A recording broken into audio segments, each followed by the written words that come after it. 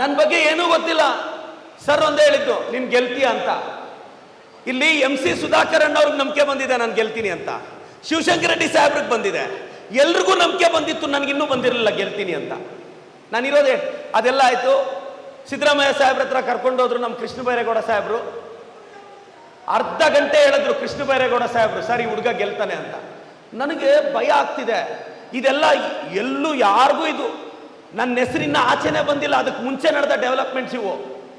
ಇಲ್ಲಿ ಸಾಹೇಬ್ರೆಲ್ಲ ಹೇಳ್ತಿದ್ದಾರೆ ಗೆಲ್ತೀರ ಅಂತ. ನನಗೊಂದು ಕಡೆ ಭಯ ಆಗ್ತಿದೆ.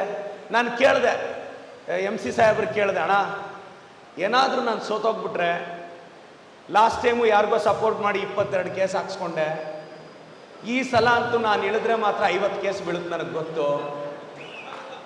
ಏನಾದರೂ ನಾನು ಸೋತೋಗ್ಬಿಟ್ರೆ ನನಗೆ ಗೊತ್ತಿರೋ ಪ್ರಕಾರ ಕೋರ್ಟ್ ಪಕ್ಕದಲ್ಲೇ ಮನೆ ಮಾಡ್ಬೇಕಣ್ಣ ನಾನು ಹೇಳಿದೆ, ಹಿಂಗೆ ಹೇಳಿದೆ. ಯಾಕೆ ಅಂದರೆ ಎಷ್ಟು ಸಲ ಓಡಾಡ್ತೀರಾ ಕೋರ್ಟ್ಗೆ?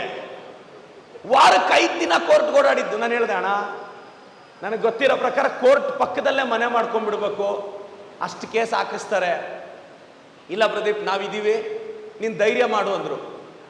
ನಮ್ಮ DK ಶಿವಕುಮಾರ್ ಸಾಹೇಬ್ರ ಹತ್ರ ಕರ್ಕೊಂಡೋದ್ರು, ಖರ್ಗೆ ಸಾಹೇಬ್ರ ಹತ್ರ ಹೋದೆ. ಅದಾದಮೇಲೆ ನಾನು ಹೇಳಿದೆ, ಸರ್ ಇದೊಂದು 5 ದಿನ ಆಯಿತು, ನನಗೆ ಅಲ್ಲೂರಿಗೂ ನನಗೊಂಥರ ಏನು ಮಾಡೋದು. ಮತ್ತು ಸಾಹೇಬ್ರನ್ನೆಲ್ಲ ಹೋಗಿ ಅವ್ರ ಆಶೀರ್ವಾದ ತಗೊಂಡು, ಸರಿ ಸರ್ ನೀವು ಅಂದರೆ ನನಗೊಂಥರ ಅದು ಧೈರ್ಯನೂ ಅಲ್ಲ ಭಯನೂ ಅಲ್ಲ, ಇನ್ ಬಿಟ್ವೀನ್ ಸ್ಟೇಜ್.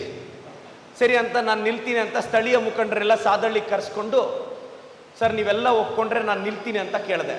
ಅವತ್ತು ನಮ್ಮ ಭರಣಿ ಅಣ್ಣ ಬಂದಿದ್ದರು, ನಮ್ಮ ಮೋಹನ್ ರೆಡ್ಡಿ ಅಣ್ಣ, ನಮ್ಮ ಪ್ರಕಾಶ್ ಅಣ್ಣ, ನಮ್ಮ ಮಿಲ್ಟನ್ ವೆಂಕಟೇಶ್ ಅಣ್ಣವರು, ನಮ್ಮ ಕಣ್ತಳ್ಳಿ ವೆಂಕಟೇಶ್ ಅಣ್ಣವರು, ನಮ್ಮ ರಫೀಕ್ ಅಣ್ಣವರು, ನಮ್ಮ ಎಲ್ಲ ನಾಯಕರು ಎಲ್ಲರೂ ಬಂದರು.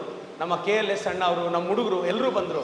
ಕ್ಷಮೆ ಇರಲಿ, ನಾನು ರಾಜಕೀಯಕ್ಕೆ ಹೊಸಬನು, ಪಕ್ಷಕ್ಕೆ ಹೊಸಬನು, ನನಗಿನ್ನೂ ಯಾವ್ಯಾವ ಊರಲ್ಲಿ ಯಾರ್ಯಾರು ಲೀಡ್ರಸ್ಸು ಅಂತ ನನಗೆ ಮಾಹಿತಿ ಕೊರತೆ ಇದೆ.